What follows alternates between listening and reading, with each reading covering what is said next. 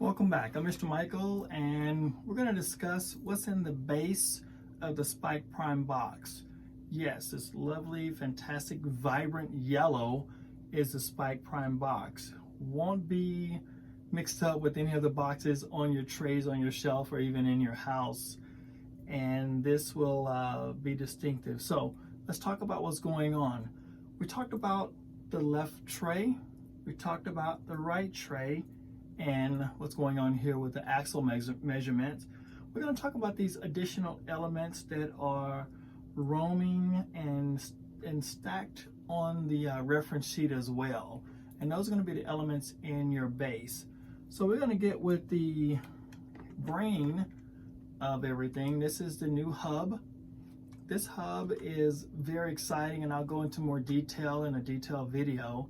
But as you can see, it's a lot different. It doesn't have a viewing screen like the NXT or the EV3 or the other models. It follows the one button in the center part there. Let me see if I can get that closer to your one button here. You have a toggle on the left and a toggle on the right. And you have your Bluetooth button here, which will pop up and link in Bluetooth. Well, do I have Bluetooth? No worries. You have your connectability cable here, which I will dig out of our box. Other items want to go with it. Just plug this part into your USB, and the other part goes into your hub. That will allow it to charge. Green dot here to let you know, red dot, green dot, let you know when it's charged. And also you have 6 ports on this. So you have A, C, and E on your left side, and you have B, D, and F on your right side. Now, the cool thing about this, you can put sensors or motors in any of the ports. So it's an input and an output port. Yes, very exciting. Also, your detachable battery is right underneath. So it's always ready to charge. No, there's not an option for C batteries to go in there. It only holds the rechargeable battery, which comes with it, and the wire.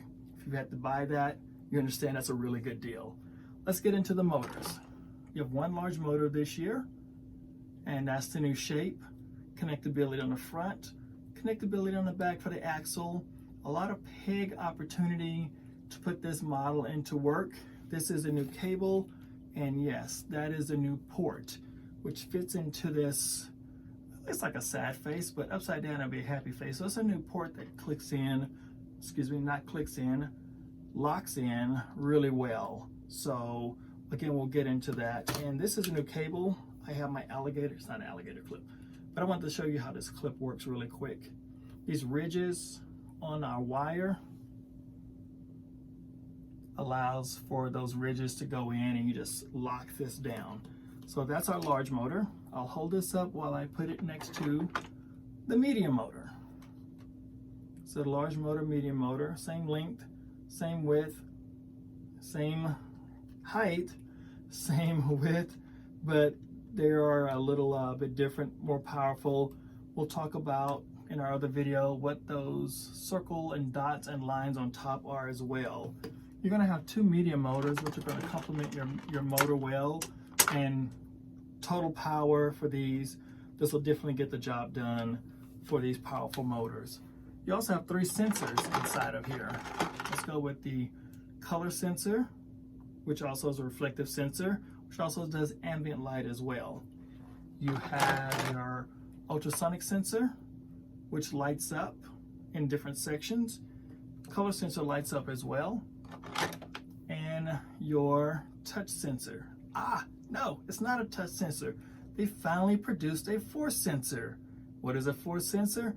I'm glad you asked. Yes, I'm excited about this. So we were told many years ago, I guess for the EV3, that there was going to be a force sensor out. There was rumors about it. And what a force sensor does is, this one has it off and on. So you remember the touch sensor from NXT and the other models, EV3, it would be off, on, and an off switch. Well, this actually measures in newtons. It measures 0 to 10 newtons. So as you continue to push the force down, it will show you on your screen and measure sensitively how much force you're applying. Now, when we get into the code, there's a lot of options on that.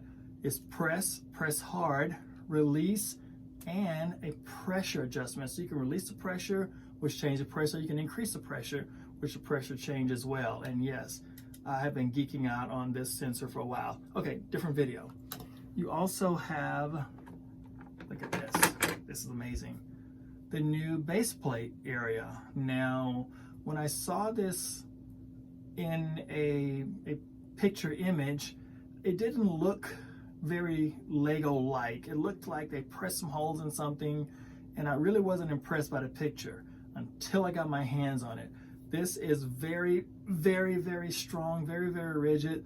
The holes make sense, the side ports make sense, the length, the width makes sense. Even so, I can put my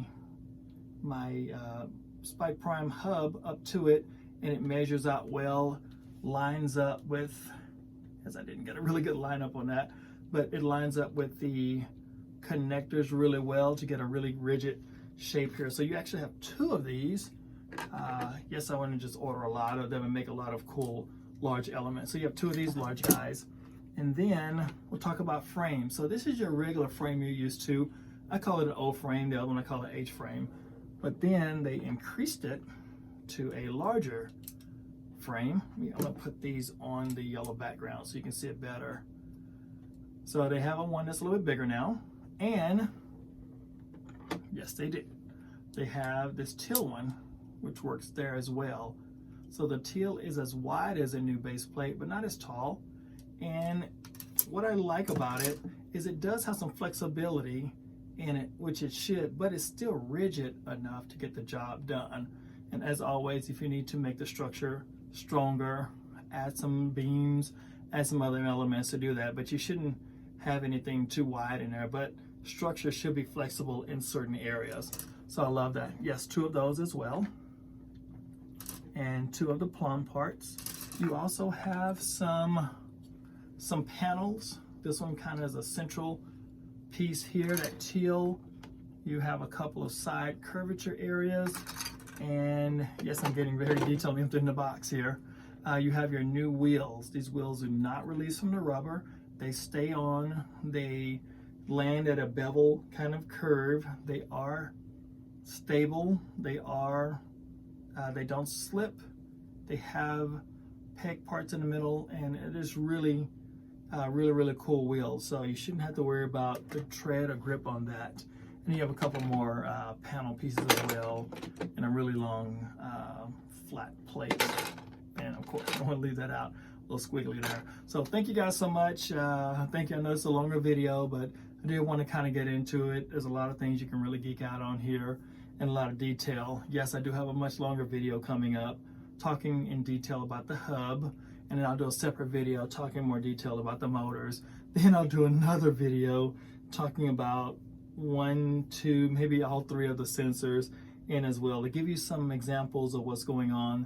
Then we'll get into the code as well. So thank you guys for watching. I hope you're enjoying your Spike Prime. I hope you're considering the Spike Prime, or hopefully this video helps you decide.